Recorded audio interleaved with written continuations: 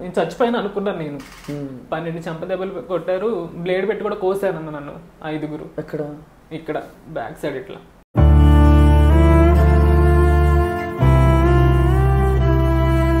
మీ రూపాన్ని చూపించింది ఎవరు? నాకు దేవుడే చూపించాడన్న నా రూపాన్ని.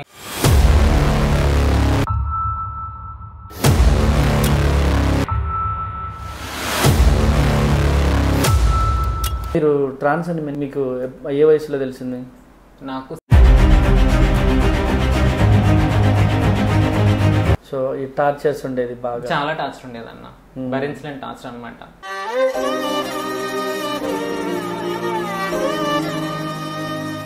సో ఇలా టార్చర్స్ వచ్చినప్పుడు మీకు మీరు ఏమనుకునేవారు? అనుకునేదాన్ని. ఒక్కొక్కసారి అనిపించేది సూసైడ్ చేసుకుంటే బెస్ట్ టైం అనిపించేది.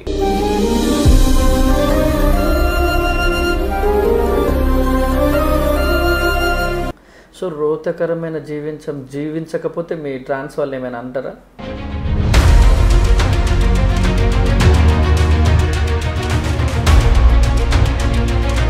దేవుణ్ణి తెలుసుకున్న తర్వాత ఎలా ఉంది నీ లైఫ్? దేవుణ్ణి తెలుసుకోకముందు ఎలా ఉంది? సో దేవుడు పేరు పెట్టి పిలవాలి అని ఎందుకు అనుకున్నారు? ఎందుకు అనుకున్నారంటే నేను 1 year నుంచి ఆ రోత జీవితాన్ని వదిలేశాను.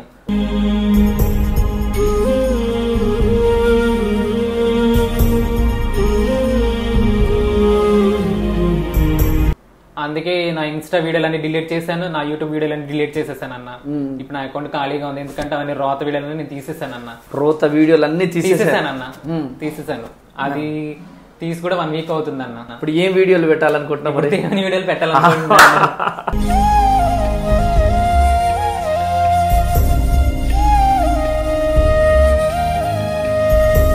అమ్మా, అసలు నువ్వు ఎక్కడ పుట్టావు? ఏంటమ్మా నీ పరిస్థితి? నేను ఒక కుగ్రామంలో పుట్టాను. మా ఊరు ములపర్రు, బంటిమిల్లి మండలం, కృష్ణా జిల్లా. కృష్ణా జిల్లా.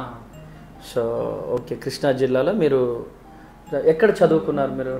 నేను చిన్నప్పటి నుంచి గవర్నమెంట్ స్కూల్లోనే చదువుకున్నాను. ఫస్ట్ క్లాస్ నుంచి ఇంటర్మీడియట్ వరకు నేను గవర్నమెంట్ స్కూల్లోనే, కాలేజ్లోనే చదువుకున్నాను. ఎంతవరకు చదువుకున్నారమ్మా మీరు? నాది డిగ్రీ కంప్లీట్ అయ్యింది, బీకామ్ కంప్యూటర్స్ చేశాను. బీకామ్ కంప్యూటర్స్ చేశారు? చేశాను. ఓ వండర్ఫుల్, దేవుని నామానికే మహిమ. మీరు ట్రాన్స్ అని మీకు ఏ వయసులో తెలిసింది? నాకు 6th క్లాస్ చదువుతున్నప్పుడు తెలిసిందన్న. 12 years అప్పుడు నాకు వెనకాల నుంచి పెన్నులు పెట్టి పడవటం, అరే నువ్వు అమ్మాయిలాగా నడుస్తున్నావురా, అమ్మాయిలాగా చేస్తున్నావురా అనేసి బాగా గేలు చేసేవాడు అనమాట. చాలా కించపరిచి మాట్లాడేవాళ్ళు.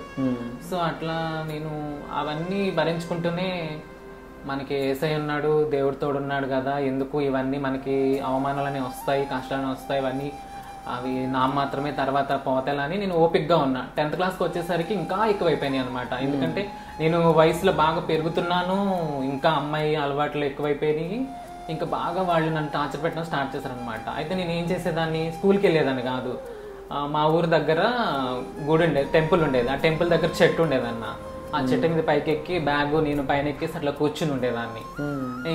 నాతో పాటు చదువుతున్న ఒక అమ్మాయి మా ఇంట్లో చెప్పింది అనమాట, తను రావట్లేదు అనేసి. ఇంకప్పుడు మా నాన్న కొట్టి తీసుకెళ్ళి అడిగితే ఇట్లా అని చెప్పిన తర్వాత ఒక 1 month అనుకుంటా నేను ప్రేయర్లో పెట్టుకుని 1 month మాత్రమే నేను 10th క్లాస్ చదివాను. 400 పైన నాకు మార్క్స్ వచ్చినాయి. దేవుడి కృప వల్లే నేను పాస్ అయ్యాను. సో ఈ టార్చర్స్ ఉండేది బాగా, చాలా టార్చర్ ఉండేదన్న, భరించలేని టార్చర్ అనమాట. అది చెప్పుకోవడానికి కూడా ఎవరు ఉండరు, చెప్పుకునే వాళ్ళు లేరు, వినేవాళ్ళు లేరు. అంత చాలా బాధాకరమైన టార్చర్ అనమాట అది. సో ఇలా టార్చర్స్ వచ్చినప్పుడు మీకు మీరు ఏమనుకునేవారు?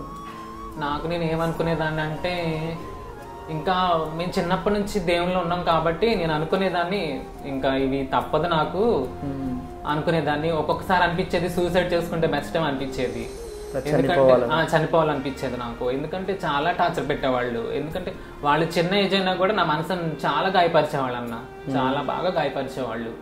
ఎవరు వాళ్ళు? నా తోటి విద్యార్థులు, క్లాస్మేట్స్ చాలా చాలా గాయపరిచేవాళ్ళు. ఓకే. ఈవెన్ మా అన్నయ్య కూడా తనతో పాటు ఎక్కడికి బయటకు వెళ్ళినా కూడా, అరే రావద్దురా నువ్వు వస్తే కనుక నేను రాను, నువ్వు అమ్మాయిలాగా నడుస్తున్నావు, అమ్మాయిలాగా మాట్లాడుతున్నావు, అమ్మాయిలాగా చేస్తున్నావు, నువ్వు నా వెనకాల వస్తే కనుక నేను రాను అనేసి తను నన్ను. ఎవరు? మా అన్నయ్య, మా ఓన్ బ్రదర్. ఓ, మీ ఓన్ బ్రదర్ కూడా ఇలా చేసేవాడు? అలా చేసేవాళ్ళు. తనకి తెలిసి తెలియని వయసు, నాకు తెలిసి తెలియని వయసు అయినప్పటికీ కూడా తను నన్ను బయటికి రావద్దని చెప్పేవాడు, నాతో రావద్దని కూడా చెప్పేవాడు అన్న. స్పెసిఫిక్గా అంటే మీరు పడ్డ కష్టాలు ఏంటి అసలు? నేను పడ్డ కష్టాలు అంటే కనుక చాలా, నా ఫ్యామిలీని పోషించుకోవడానికి చాలా కష్టాలు పడ్డానన్న. నేను ఇది అని తెలిసినా కూడా దాన్ని పక్కన పెట్టేసి నేను ప్రేయర్ చేసుకునేదాన్ని ఎక్కువ. దేవ ఏంటి పరిస్థితి, నాకేనా ఇంకెవరైనా ఉన్నారా ఇలా అనేసి. నాకు తెలీదు, కమ్యూనిటీ అనేది కూడా నాకు తెలియదు అప్పటికి. అయినప్పుడు కూడా నా ఫ్యామిలీ గురించి నేను ఎన్ని స్ట్రగుల్స్ వచ్చినా, ఎన్ని కష్టాలు వచ్చినా నేను అనుభవించుకుంటే వెళ్ళానన్న. అంటే ఎటువంటి స్ట్రగుల్స్? ఎటువంటి స్ట్రగుల్స్ అంటే ఫైనాన్షియల్గా అసలు సపోర్ట్ ఉండేది కాదండి నాకు. సపోర్ట్ లేనప్పుడు ఇంకా నేను ట్రైన్స్ అడిగిన తర్వాత ఒక ఫ్యాన్సీ షాప్ పెట్టుకున్నాను. అలా ట్రైన్స్లో అడిగేటప్పుడు వాళ్ళ ఫీలింగ్ అంటే వాళ్ళు ఏం చెప్పేవాళ్ళు? వాళ్ళు ఏం చెప్పడం ఏంటన్నా, కొట్టేవాళ్ళు అన్న. ఒక్కొక్కసారి 2-3 టైమ్స్ నన్ను ట్రైన్ నుంచి తోయడానికి కూడా ట్రై చేశారు వాళ్ళు. చాలా బాధాకరం అనిపించింది నాకు. ఇంకా ఎన్ని సంవత్సరాలు ట్రైన్లో అడిగారు? 7-8 years అడిగాను అన్న. 7-8 సంవత్సరాలు అడిగాను నేను ట్రైన్స్. 7-8 years ట్రైన్స్ అడిగాను అన్న. చాలా కష్టాలు, చాలా. అసలు నిద్ర ఉండేది కాదన్న. నైట్ అయిందంటే చాలు, నా ఫ్యామిలీని పోషించుకోవాలంటే నేను వెళ్ళాలి అని ఒక్కదాన్ని వెళ్ళి ట్రైన్స్ అడిగి మళ్ళీ ఎర్లీ మార్నింగ్ వచ్చేదాన్ని అన్న. నిద్ర ఉండేది కాదు నాకు, అస్సలు ఉండేది కాదు నిద్ర. ఇంకా ఏం చేశారు ట్రైన్స్తో పాటు? బెగ్గింగ్కి వెళ్ళేదాన్ని. ఇంకా మా ట్రాన్స్ కమ్యూనిటీతో కలిసి రోత జీవితం నాది. అలాంటి రోతకరమైన పనులు చేసేదాన్ని అన్న. ఎప్పుడైతే యేసుని తెలుసుకున్నానో అవన్నీ పక్కన పెట్టేసి దేవుని సేవ చేయాలని నిర్ణయించుకున్నానన్న. నేను రోతకరమైన జీవితం జీవించానన్న. సో రోతకరమైన జీవించకపోతే మీ ట్రాన్స్ వాళ్ళు ఏమైనా అంటారా అంటే మాకు ఇన్కమ్ సోర్స్ లేదన్న. చేస్తే బెగ్గింగ్ చేసుకోవాలి, లేదంటే ఆ రోత జీవితం జీవించాలి. సో దానికోసమని మేము కన్ఫామ్గా ఈ రోత జీవితం అనేది జీవించడం జరిగిందన్న. తెలిసి తెలియని వయసులో ఇంకా రోత జీవితాన్ని అనుభవించడం జరిగింది. ట్రాన్స్ కమ్యూనిటీలో చాలా మంది జాయిన్ అవుతారు కదా, జాయిన్ అవ్వడం ఏంటి? అది జాయిన్ అవటం అంటే అన్న, ఇప్పుడు తల్లిదండ్రుల ఆదరణ ఉండదు. సో కమ్యూనిటీ వాళ్ళు ఏంటంటే ఎవరైనా మాలాంటి వాళ్ళు ఉన్నారంటే వాళ్ళని అప్రోచ్ అవ్వగానే కమ్యూనిటీలో జాయిన్ చేసుకుంటారన్న వెంటనే. అలా జాయిన్ చేసుకున్న తర్వాత కన్ఫామ్ ఇంకా బెగ్గింగ్కి వెళ్ళాల్సిందే, రోత జీవితం జీవించాల్సిందే. రోత జీవితం జీవించాల్సిందే అన్న. పక్క ఇన్కమ్ సోర్స్ లేదు కదన్న. మరి లేదు, నేను యేసు ప్రభుని నమ్ముకున్నాను, నేను వెళ్ళను, నేను బైబుల్ ప్రకారం జీవించాలి, నీతి నిజాయితీగా జీవించాలని మాట్లాడే వాళ్ళు కమ్యూనిటీలో ఉండడానికి లేదా?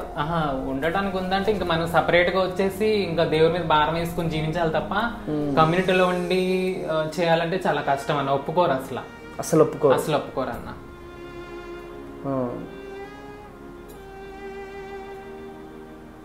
అలా చేయమని చెప్పారా నీకు వాళ్ళు? చెప్పారన్న.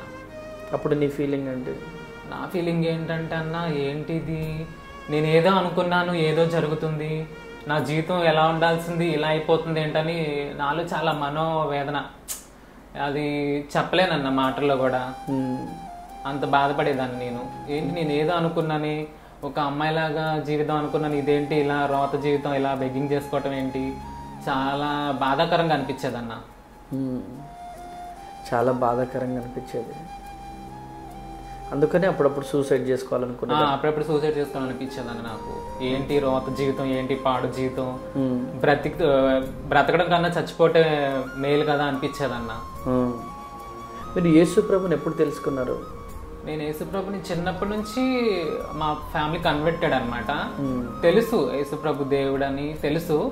నాకెలా అంటే చిన్నప్పుడు నేను అమ్మాయిలాగా నడిచేదాన్ని కదా, నేను ఒకటే ప్రేయర్లో పెట్టుకున్నా. ఎందుకంటే ఆ నడకం వల్ల నన్ను గుర్తుపడుతున్నారు అందరూ, నేను ఒక ట్రాన్స్ ఒకటి ఇది అనేసి.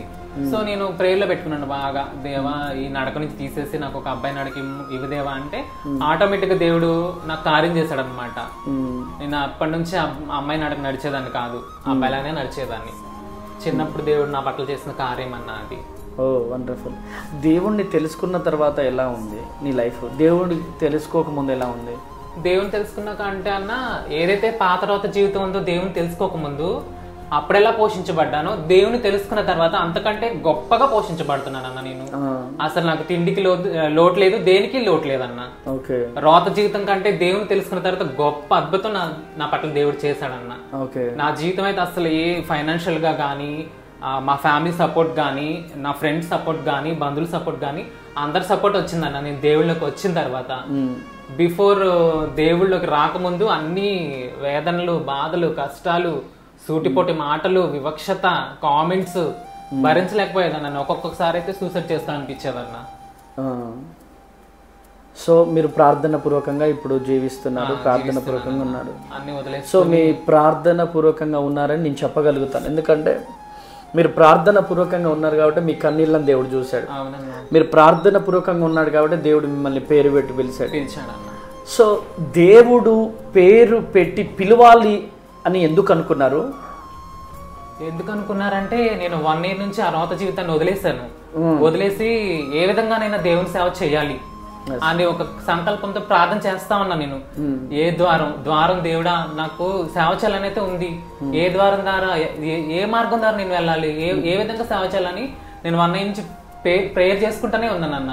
ఓకే. సో అట్లా దేవుడు నాతో మాట్లాడడం అయితే జరిగింది. దేవుడు నేమ్ కాలింగ్ రిలీజ్ చేసిన తర్వాత ఎలా ఉంది నీ ఆత్మీయ జీవితం? నా ఆత్మీయ జీవితం అయితే చాలా బాగుందన్న. చాలా అంటే చాలా బాగుంది. అందరూ ఆదరిస్తున్నారు. దేవుడిని పిలిచాడు కదా, సేవలో వాడబడతావా. సో దేవుడు పేరు పెట్టి పిలిచింది ఎందుకంటే నిన్ను సేవలో గొప్పగా వాడుకోవాలని పరిశుద్ధాత్మ దేవుడు అనుకుంటున్నాడు. మరి నువ్వేమనుకుంటున్నావు నాన్న? నేనైతే చనిపోయేంత వరకు దేవుని సేవ చేయాలని ఫిక్స్ అయిపోయాను. ఇప్పుడు ఫిక్స్ అయిపోయాను. ఎన్ని కష్టాలు వచ్చినా, ఎన్ని ఇబ్బందులు వచ్చినా, ఎన్ని అవమానాలు వచ్చినా కూడా నేను దేవుని సేవ చేయటం ఖాయం చేస్తాను. ఓకే. దేవుని కోసం బ్రతకాలనుకుంటే దేవుడు పేరు పెట్టి మరి పిలిచాడు కాబట్టి ఇంకా స్ట్రాంగ్ అయిపోయింది. నేమ్ కాలింగ్ కంటే ముందుగా దేవుని కోసం బ్రతకాలని ఒక ఆశతో పాత రోత జీవితాన్ని వదిలేసావు. అవునన్నా, వదిలేసాను. సో కనిపెడుతున్నావు, ప్రభువా నాతో మాట్లాడు అని. దేవుడు నేమ్ కాలింగ్ పెట్టి పిలిచాడు. సో పిలిచిన తర్వాత ఇప్పుడు నువ్వు ఏం డిసైడ్ చేసుకుంటున్నావు? మరి నేను ఏం డిసైడ్ చేసుకున్నానంటే అన్న, దేవుని సేవ చేయాలి. నా సాక్ష్యాన్ని ప్రతి ఒక్కరికి పంచుకోవాలి. దేవుని సేవలో ఘనంగా వాడబడాలనుకుంటున్నానన్న. ఘనంగా వాడబడాలనుకుంటున్నాను. అందుకే నా ఇన్స్టా వీడియోలన్నీ డిలీట్ చేశాను, నా యూట్యూబ్ వీడియోలన్నీ డిలీట్ చేసేసానన్న. ఇప్పుడు నా అకౌంట్ ఖాళీగా ఉంది, ఎందుకంటే అవన్నీ రోత వీడియోలన్నీ నేను తీసేసానన్న. రోత వీడియోలన్నీ తీసేసానన్న. అది తీసి కూడా 1 week అవుతుందన్న. మొత్తం తీసేసాను. అసలు ఒక్క వీడియో అంటూ లేదన్న. ఇప్పుడు ఏం వీడియోలు పెట్టాలనుకుంటున్నా? దేవుని వీడియోలు పెట్టాలనుకుంటున్నాను. ఆమేన్. దేవుని నామానికే మహిమ కలుగును గాక. దేవుని వీడియోలు పెట్టాలనుకుంటున్నాను అన్న. దేవుని కోసం బ్రతకాలనుకుంటున్నాను. ఓకే. పాటలు పాడతారా మీరు? పాడతానన్నా, బట్ స్టేజ్ మీద ఎప్పుడు పాడలేదు. ఒక పాట పాడండి. నీవు నా తోడు ఉన్నావయా, నాకు భయమేలా నా యేసయ్యా, నీవు నాలోనే ఉన్నావయా, నాకు దిగులేలా నా మెస్సయ్యా, నాకు భయమేలా, నాకు దిగులేలా, నాకు చింతేలా, నాకు బీతేలా, నీవు నా తోడు ఉన్నావయా, నాకు భయమేలా నా యేసయ్యా, నీవు నాలోనే ఉన్నావయా. కష్టములో నష్టములో నా తోడు ఉన్నావు, వేదనలో వేదనలో నా చెంత ఉన్నావు, అడిగిన వారికి ఇచ్చేవాడవు, వెదకిన వారికి దొరికేవాడవు, అడిగిన వారికి ఇచ్చేవాడవు, వెదకిన వారికి దొరికేవాడవు, తట్టిన వారికి తలుపులు తెరిచే దేవుడవు, తట్టిన వారికి తలుపులు తెరిచే దేవుడవు. దేవా దేవా నీకే స్తోత్రం, దేవా దేవా నీకే స్తోత్రం, దేవా దేవా నీకే స్తోత్రం, దేవా దేవా నీకే స్తోత్రం, నీవు నా తోడు ఉన్నావయా, నాకు భయమేలా నా యేసయ్యా, నీవు నాలోనే ఉన్నావయా, నాకు దిగులేలా నా మెస్సయ్యా, వ్యాధులలో బాధలలో ఊరటనిచ్చావు, రక్షణలో సంరక్షకుడై ధైర్యము పంచావు. ఆ వ్యాధులలో బాధలలో ఊరటనిచ్చావు, రక్షణలో సంరక్షకుడై ధైర్యము పంచావు. నేనే సత్యం అన్న దేవా, నేనే మార్గం అన్న దేవా, నేనే సత్యం అన్న దేవా, నేనే మార్గం అన్న దేవా, నేనే జీవము అని పలికిన దేవా, నేనే జీవము అని పలికిన దేవా. దేవా దేవా నీకే స్తోత్రం, దేవా దేవా నీకే స్తోత్రం, దేవా దేవా నీకే స్తోత్రం, దేవా దేవా నీకే స్తోత్రం. నీవు నా తోడు ఉన్నావయ్యా, నాకు భయమేల నా యేసయ్యా, నీవు నాలోనే ఉన్నావయ్యా, నాకు దిగులేల నా మెస్సయ్యా. నాకు భయమేలా, నాకు దిగులేలా, నాకు చింతేలా, నాకు బీతేలా, నాకు భయమేలా, నాకు దిగులేలా, నాకు చింతేలా, నాకు బీతేలా, నీవు నా తోడు ఉన్నావయ్యా, నాకు భయమేల నా యేసయ్యా, నీవు నాలోనే ఉన్నావయ్యా, నాకు దిగులేల నా మెస్సయ్యా. నా ఫ్యామిలీని పోషించుకోవడానికి నేను ట్రైన్లు అడగడానికి వెళ్ళేదాన్ని. అడిగినప్పుడు పోలీసులు కొట్టేవాళ్ళు, నన్ను చాలా బాధపడేదాన్ని. పోలీసులు కొట్టారు? పోలీసులు చాలా కొట్టేవాళ్ళు అన్న. ఇంకా చాలామంది ట్రైన్లు అడగడానికి వెళ్ళినప్పుడు నేను అడిగేది 10 రూపీస్ అయినప్పటికీ నా జీవితాన్ని లేకుండా చేద్దాం చూసారన్న. ట్రైన్ నుంచి తోయడానికి 3-4 సార్లు ట్రై చేశారు. చాలా బాధలు అనిపించానన్న. నేను ట్రైన్లో నుంచి తోసేయడానికి ప్రయత్నం చేశారు 10 రూపీస్ కోసం? అవునన్న. 10 రూపాయల కోసం వెళ్తే గేట్లోంచి తోసేయడానికి ట్రై చేశారన్న. 10 రూపాయలు అడిగానని. వాళ్ళు 10 రూపాయలు ఇస్తారు, రూపాయి ఇస్తారు, 2 రూపాయలు ఇస్తారు, నాకు తెలియదు అన్న. నేను అడిగాను, నీకు ఎందుకు ఇవ్వాలని చెప్పి నన్ను తోయడానికి ట్రై చేశారన్న. తర్వాత ఇంకా నేను రోత జీవితానికి వెళ్ళేదాన్ని కదన్న, బెగ్గింగ్ అట్లా వెళ్ళేదాన్ని కదా. ఒక 5గురు పిలిచారంట, నాకు తెలియదు, నాకు వినపడలేదు. పలకలేదని చెప్పి ఒక 5గురు వచ్చి నన్ను బీభత్సంగా కొట్టేశారన్న. బీభత్సంగా కొట్టారు 5గురు. నేను ఒక్కదాన్నే. అప్పుడు నాకు సర్జరీ అయిపోయింది, నేను అమ్మాయిలాగానే ఉన్నాను, అడుక్కోవడానికి వెళ్ళాను. 5గురు వచ్చి పిలిచారంట, నాకు వినపడలేదు. ఇక నా జుట్టు పట్టుకొని బీభత్సంగా కొట్టేశారన్న. నేను ఎంత పరిగెత్తినా కూడా నన్ను వెంటాడి వేధించి మరీ కొట్టారన్న. అప్పుడు ఎందుకు నాకు ఈ జీవితం, ఏంటి నా పరిస్థితి, ఎందుకు వాళ్ళు పిలిచిన సంగతి నాకు వినపడలేదు, అయినప్పటికీ ఎందుకు ఇంత వివక్షత, నన్ను ఎందుకు కొట్టారు అని చాలా బాధపడ్డాను. నేను చాలా ప్రయత్నించాను విడిపించుకోవాలని చెప్పి. 12 చెంపదెబ్బలు కొట్టారన్న. నేను చచ్చిపోయినా అనుకున్నాను. నేను 12 చెంపదెబ్బలు కొట్టారు. బ్లేడ్ పెట్టి కూడా కోసారన్న నన్ను 5గురు. ఇక్కడ బ్యాక్ సైడ్ ఇట్లా బ్లేడ్ పెట్టి కోసారన్న. బ్లడ్ వచ్చిందన్న.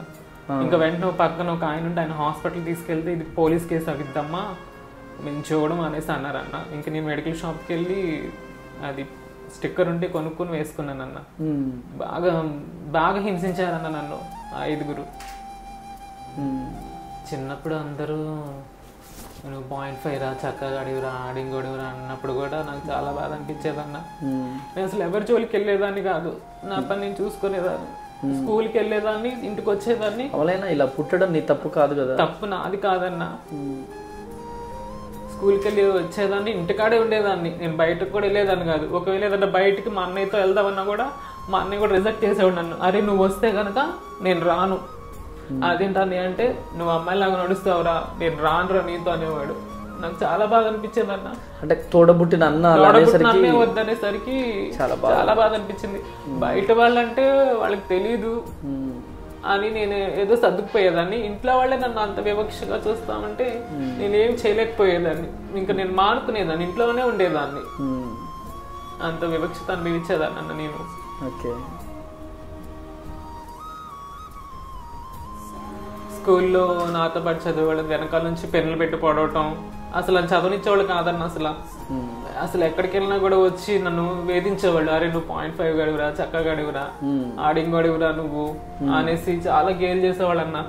వెనకాల నుంచి పెన్నులు పెట్టి పొడవటం, నా బుక్ లాగేసుకోవటం, ప్యాడ్ ఇచ్చిన కొట్టడం అట్లా చేసేవాడు అన్న. అవన్నీ భరించలేక నేను 10th క్లాస్లో అసలు స్కూల్కి వెళ్ళలేదన్న. నేను అసలు వెళ్ళిపోయి ఒక టెంపుల్ దగ్గర చెట్టు ఎక్కేసి బ్యాగ్ పైన పెట్టుకుని కూర్చునేదాన్ని అన్న. అంత బాధ భరించానన్న నేను అసలు 10th క్లాస్కి అయితే నేను స్కూల్కి కూడా వెళ్ళలేదన్న, భయపడి. అంత బాధ అనిపించానన్న నేను. సో ఇప్పుడు ఏ తీర్మానం తీసుకుంటా, ఏం చేయాలనుకుంటున్నా? ఇప్పుడు నేను ఏం చేయాలనుకుంటున్నానంటే అన్న, నా పాత జీవితం మొత్తం దేవుడు తీసేసాడు. నాకు ఒక నూతనమైన జీవితాన్ని ఇచ్చాడు. సో ఆయన కోసమే నేను పాట పడదాం అనుకుంటున్నానన్న. ప్రతి పల్లెకెళ్ళి సువార్త ప్రకటించాలనుకుంటున్నాను. సువార్త ప్రకటించాలనుకుంటున్నాను. నా సాక్ష్యాన్ని ప్రతి ఒక్కరు తెలియజేయాలనుకుంటున్నానన్న. నా పాత జీవితం ఎలా ఉందో వాళ్ళకి తెలియచెప్పి, ఇప్పుడు దేవుళ్ళకి వచ్చిన తర్వాత నా నూతన స్వభావం ఎలా ఉందో వాళ్ళకి తెలియజేయాలనుకుంటున్నానన్న. ప్రతి చర్చికి వెళ్ళాలనుకుంటున్నానన్న. ఎవరైనా నిన్ను గెస్ట్ స్పీకర్ గా పిలవాలనుకున్నారనుకోండి, సో ఎవరైనా నిన్ను ఇట్లా సాక్ష్యం చెప్పడానికి పిలవాలనుకున్నారనుకోండి, వెళ్తానన్న కన్ఫర్మ్ గా. ఓకే. దేవుడు నాకు శక్తిని బలాన్ని ఇచ్చాడన్న. ఓకే. ఇది వరకు నిత్య వేరు, దేవుళ్ళకి వచ్చిన తర్వాత నేను నా నిత్యమైన జీవితాన్ని దేవుడికి అర్పించాలనుకుంటున్నానన్న. ఓకే. మరి నీ సెల్ నెంబరు, అనేక చర్చీలు పిలవాలనుకుంటే మరి సెల్ నెంబర్ చెప్పగలుగుతావా? చెప్తానన్న. ఓకే, చెప్పండి నీ సెల్ నెంబర్. ఎవరైనా మీ మందిరంలో వాడబడాలి, నా సాక్ష్యం మీ సహవాసులకి తెలియచేయాలంటే కనుక నన్ను వాట్సాప్లో కాంటాక్ట్ చేయొచ్చు. 7416639593 ఈ నెంబర్కి వాట్సాప్ మెసేజ్ చేసి మీరు క్లియర్గా నాకు మెసేజ్ చేస్తే నేను రిప్లై ఇస్తానండి. నేను దేవుని కోసం బతకాలనుకుంటున్నాను. ఎక్కడికైనా వచ్చి దేవుని సాక్ష్యం ప్రకటించాలనుకుంటున్నాను. ఆమేన్. Praise the lord. దేవుని కోసం అయితే బ్రతకాలని డిసైడ్ అయిపోయానన్న నేనైతే. ఓకే, మంచి పాటలు పాడుతున్నారు. రాగం చాలా బాగుంది మీది. థ్యాంక్ యూ అన్న. చాలా అద్భుతంగా ఉంది మీ రాగం. మీరు చాలా చాలా బాగుందమ్మా. దేవుడు గొప్పగా, నేను కూడా ఆశపడుతున్నాను మా నిత్య చెల్లెమ్మ గొప్పగా వాడబడాలి. సో అంజలి సిస్టర్ ఎలా అయితే వాడబడుతుందో, సో అంతకంటే గొప్పగా నా చెల్లెమ్మ నిత్య వాడబడాలని నేను మనస్ఫూర్తిగా కోరుకుంటున్నాను. చూస్తున్న క్రైస్తవ సమాజమా, దయచేసి మరి నిత్య చెల్లిని మరి మీ మందిరాలలో సాక్ష్యం చేయించుకోవడానికి పిలిపియాలనుకుంటే తప్పకుండా మీరు కాంటాక్ట్ అవ్వండి. సో దేవుడు మీ జీవితంలో, సో మీ సంఘం బలపడేలాగున తన సాక్ష్యం చాలా బాగుంది. మన సంఘాలు కూడా బలపడతాయి. సో తప్పకుండా చెల్లెమ్మని పిలవండి. మంచిగా దేవునిలో వాడబడుతుంది. సో చక్కని పాటలు పాడుతుంది. చక్కని సాక్ష్యం కలిగినటువంటి మరి చెల్లెమ్మని పిలిపించి మీ మందిరంలో మరి వాడబడే విధంగా పిలిపించుకుంటారని, సో తనని దేవుడు ఇంకా గొప్పగా వాడుకోవాలని రానున్న దినాలలో not only Telangana, Andhra, so Karnataka, Chhattisgarh and Muscat, Kuwait, Dubai, Israel అనేకమైనటువంటి దేశాలు తిరగాలని ఒక అన్నగా, తోడబుట్టిన అన్న కాదు, యేసయ్య మాట అన్న. నేను అంతర్జాతీయంగా వాడబడాలని చెప్పి హిందీ కూడా నేర్చుకున్నాను అన్న నేను ఫ్లూయెంట్ గా. అవునా? అవునన్నా. క్యా ఆప్కా నామ్ క్యా? నిత్య. నిత్య. बोलो तुम्हारा क्या क्या काम करते तुम? यीशु मसीह का काम पे मैं पूरा समर्पण कर दिया. उसको सेवा करने के लिए मैं तैयार हो गया जी. ఆమేన్. కృప కలుగును గాక. పరిచర్య కోసమే హిందీ కూడా నేర్చుకుందంట. ఛత్తీస్గఢ్ నుంచి, కర్ణాటక నుంచి, ఒరిస్సా నుంచి చూస్తున్న ప్రియ దేవుని జనాంగమా, మరి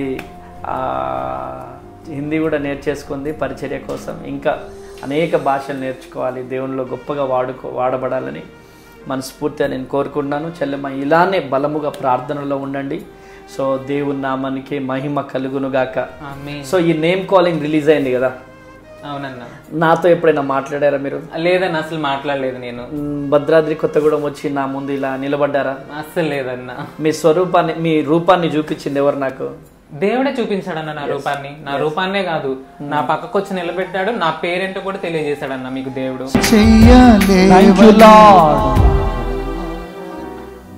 నిత్య నిత్య నిత్య. Praise the Lord. Hallelujah. Hallelujah. నువ్వు అనుకుంటున్నావు నీ కన్నీళ్ళు ఎవరు చూడట్లేదని. కొన్నిసార్లు ఎందుకు ఈ జీవితం అని అనిపిస్తుంది నీకు. కుటుంబం కోసం ఏడుస్తున్నావు. కుటుంబం అంటే నీకు ప్రాణం. నీ కుటుంబం అంటే నీకు ప్రాణం. నీ కుటుంబమే నీ ప్రపంచంగా మార్చుకుంటున్నావు. ఈరోజు దేవుడు నీతో మాట్లాడుతున్నాడు. గొప్ప పరిచర్యను దేవుడు నీకు ఇవ్వబోతున్నాడు. హల్లెలూయా, హల్లెలూయా. అంటే కదిలిస్తే గుండెలు పగిలిలా ఏడవాలనుకుంటున్నావు. కదిలిస్తే ఇంకా గుండెలు పగిలేలా ఏడవాలనుకుంటున్నావు. కన్నీళ్ళు ఏర్లై పారుతున్నా నీ గుండెలో. ప్రార్థన చేస్తున్నావు. కానీ ఈరోజు నీ కన్నీళ్లను చూసిన దేవుడు నేరుగా నీ దగ్గరికి దిగి వచ్చాడు. గట్టిగా చప్పట్లు కొట్టాలి. ఏమనిపిస్తుంది? దేవుడు ఉన్నాడు, అమ్మా నాతో మాట్లాడాడు.